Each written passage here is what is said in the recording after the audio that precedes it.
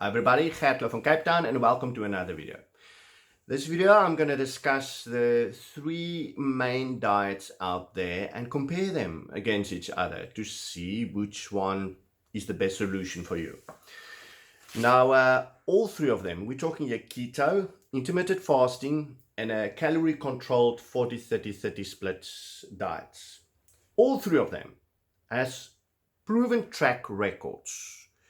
So we cannot question their success or their validity. They also got a lot of science behind them, so we cannot question the scientific facts that support them.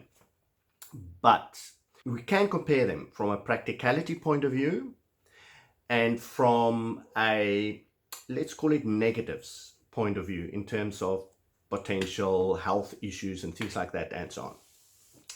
Now, one thing I do know is that I'm going to get a lot of flack because especially the keto crowd and the intermittent fasting crowd as well, they very verbal. So if I say anything negative, yeah, they probably are never going to hear the end of it, but so be it. My information is based upon science, but I do have a certain amount of information here that's based upon my personal experience. So some of this is just my opinion as well. Let's start. Keto. Now, keto is also known as banting in South Africa. And keto is where you drop your carb intake drastically and you increase your fat intake drastically. Now, that has some effects on the human body. Now, let's look at the disadvantages of keto. First up, the adaptation process of keto is for most people quite uncomfortable. We call it keto flu. That's where you get headaches, you nauseous, you just don't feel good, and that can last for quite a while for most people. The second point, dramatically increasing your fat intake and dropping your carb intake for most people will result in gastrointestinal issues. Either diarrhea or for some people constipation because your body is going through an adaptation process. 3, the high amounts of fats. It will take some time for your gallbladder, your liver and your pancreas to get used to it. So the body is going to be in fluctuation. 4, this diet may cause cholesterol, raising bad cholesterol levels, especially for those genetically predisposed to it. I've had many clients of mine that had to stop keto as a result because their cholesterol values is just too much raised. Point 5, although keto is not as unsocial as intermittent fasting, for example, it's still not a very social type of diet.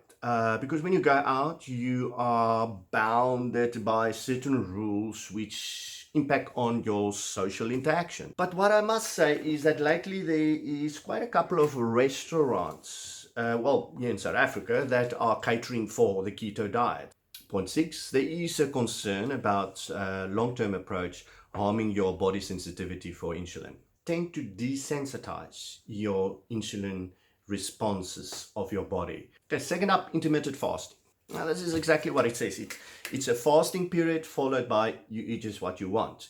And there's various ways of structuring it. Some people fast for 16 hours and they eat just for 8 hours. Some fast for 5 hours and they eat for 2 hours. So there's various ways of how you can structure this. Technically, there's no diet restrictions with intermittent fasting. And that's why a lot of guys love following it. Let's look at the negatives. Point 1, some big studies found that intermittent fasters have a huge dropout. The biggest between all the diets. Point 2, it's a hugely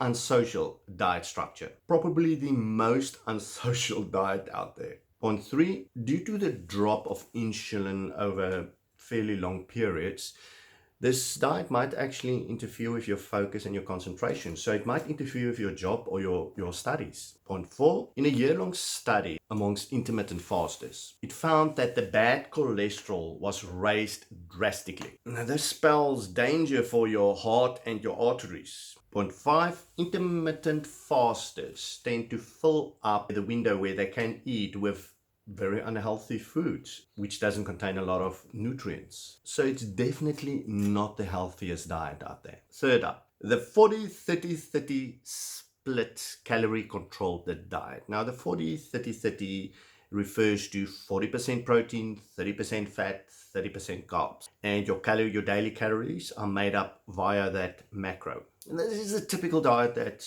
most bodybuilders out there follow. Now, there's no one way about it. This is considered the most healthiest diet of the 3 diet approaches. But it's still got negatives. Let's look at that. This diet is not easy to follow. Point 1. This diet only works when you do the effort of the previous nights to make all your food for the next day and put it in neat containers into the fridge.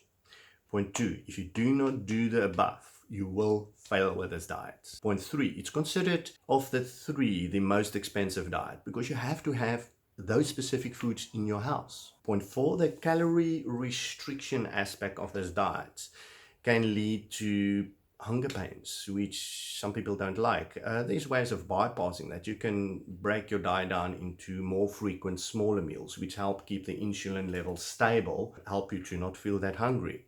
But a lot of people don't like the fact that they have to eat every 2 to 3 hours. Okay, now let's score these 3 diet approaches. The scoring is out of 10, and obviously the higher the score, the better. First question, how easy is the diet to follow? Now here, keto scores, let's say a 6 out of 10, because it's a rather easy diet to follow.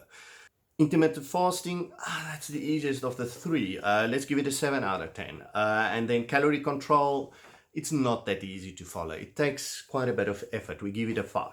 Second question, freedom to eat what you want.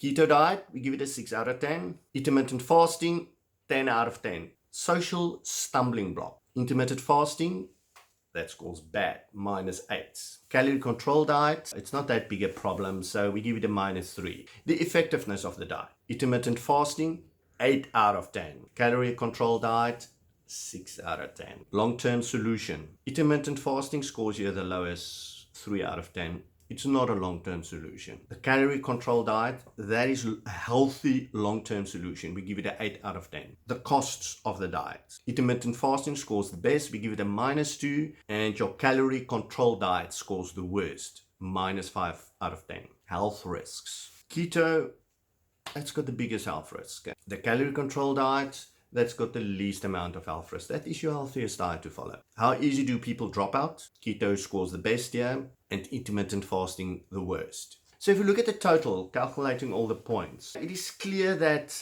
your number 1 diet, that is the best solution from these angles, is your calorie control diet. Number 2 would be your intermittent fasting, and number 3, keto. But it's not a big difference between them. So let's not overreact by interpreting the values. Although the calorie control diet won, the big negative with that is that you need to put in the effort. Otherwise it won't work.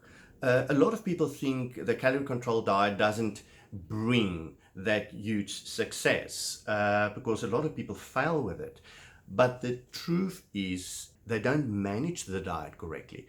A calorie controlled diet only works when you align it to your body's metabolism.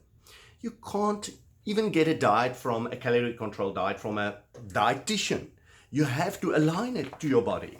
Unless the diet is aligned to your body, it's not going to work for your body, and that is why it fails with a lot of people out there. The alignment process should be done every 14 days, and it must be done with fat calipers, with a tape measuring, and with a weighing scale. And interpreting all those values will give you an idea of what your body did the previous 14 days. It will tell you whether it lost fat or gained fat, whether it lost muscle or gained muscle. And by interpreting all these, you must then adjust your diet's daily caloric values by either 10% up or down. And that'll force the diet and align it to your body's metabolic rate. And that'll force the diet to do what you want it to do. It's as simple as that. But many people out there don't want to put in the effort. And this is what separates the men from the boys. If you want to get success, you need to put in the effort. And that is why a lot of people choose the easy way out, and they choose intermittent fasting, because they can just eat what they want. They just must not eat for a certain amount of time, and then after that it's bonanza and they just eat what they want. But it's a very unhealthy diet structure. Anyway, guys and girls, this is all incorporated into my coaching that I'm doing, the Advanced System 2. I'll put the link for you up on the screen. If you're interested, go and have a look there. You can sign up through the link. And this is it. Train well, everybody, and make the diet work. Gert Louw for Cape Town, signing off. Cheers.